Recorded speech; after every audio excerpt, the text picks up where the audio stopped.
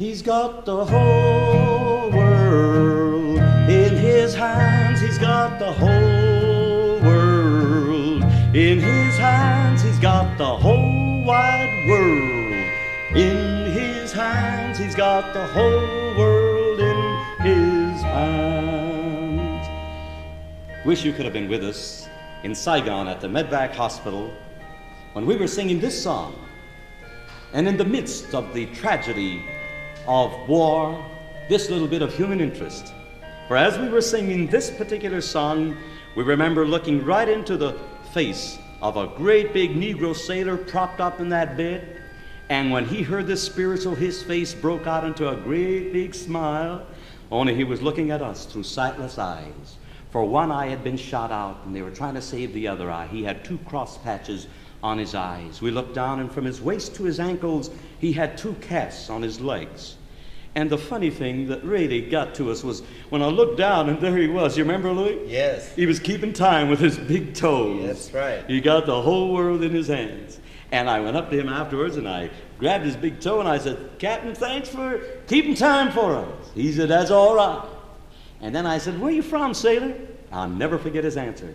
He said, "I'm from Philadelphia, and I'm going home in the morning." I said, "Is that right? You from Philadelphia?" He said, "That's right. The Viet Cong done shot out one eye, and they're trying to save the other eye, but I'm going home in the morning."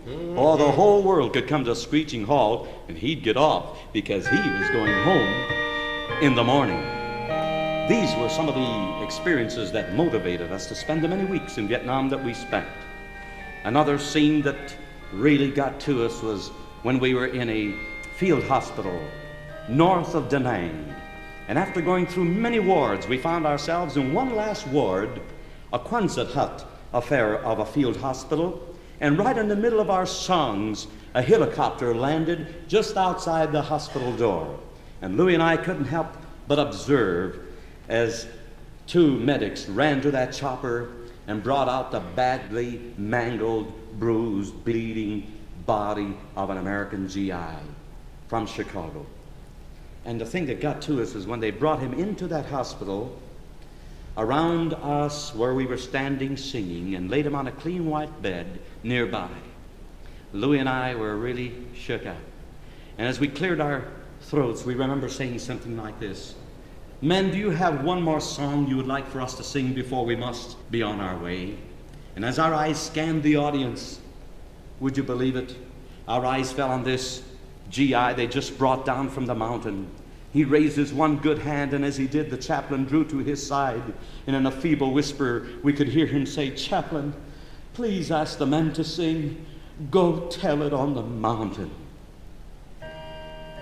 It wasn't easy for us to stand there and to try to smile, but we did through our tears as we sang.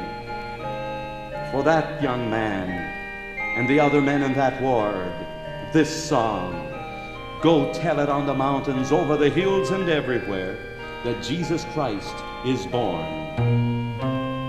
Go tell it on the mountain, over the hills and everywhere. Go tell it on the mountain, that Jesus Christ is born.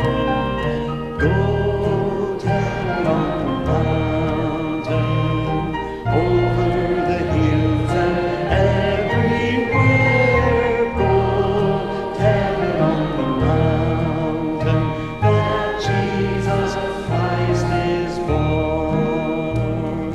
When I was a seeker, I sought both night and day.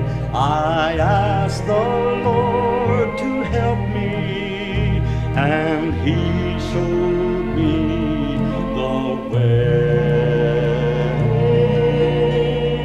Well, I said, "Go